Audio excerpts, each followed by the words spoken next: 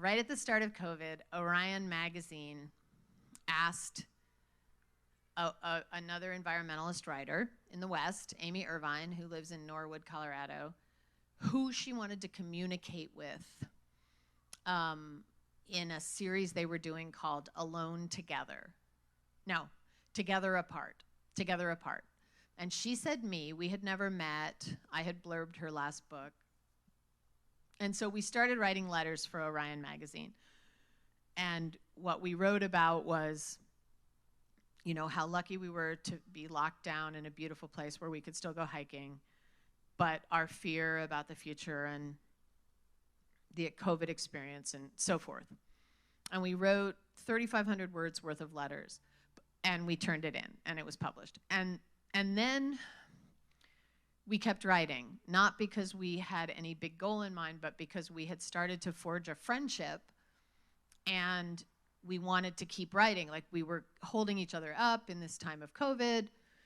We both live with kind of stoic men, so we were allowed to be hysterical and frightened with each other. And we kept writing and we kept writing. And then we got to the end of May of the first year of 2020, and we had like 40,000 words. And we were like, okay, this is something. This is some kind of record of this time. And by that time, we had worked ourselves up. Like, we were gonna like be like the female Mongolian warriors, and we're gonna get on horses, and we're gonna like kick the patriarchy's ass. And like, by this time, we had really worked ourselves up, and we were gonna get some shit done. And you know, this is all while we're locked down in our houses. And so we called a press, Torrey House Press, which is a small press, all women press in Utah. And we're like, hey, we have this book, and do you think if we could make it a book and get it out before the election, we could make some small difference? And they said yes, and they printed it. We revised it, they printed it.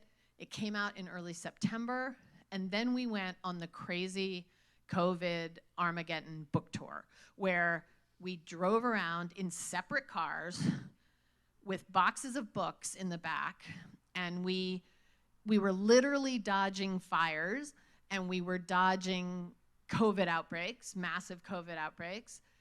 Like, it seemed like we were lighting fires with the tailgate of the tailpipe of our car, because everywhere we went caught on fire. People came out with their masks and their smoke goggles, and we read and we signed books. And in our area, the desert Southwest, you know, the Four Corners, it caught on.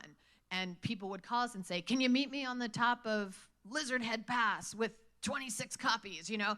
And we said, you know, this is a bit grandiose, but we said we were like the women of the French Resistance who like baked the, you know, the messages inside the baguettes and delivered them on their bicycles. Like, that's how it felt. And I believe, you know, if just not to be grandiose, but I believe we got some of those ski town women out of their little bunny suits and into action. I believe we did. I believe there were women in Telluride, there were women in Durango, there were women in Santa Fe, there were women in Boulder that you know, sent postcards, made phone calls, donated more money. You know, we sort of got people fired up in our little world, in our little corner of the world.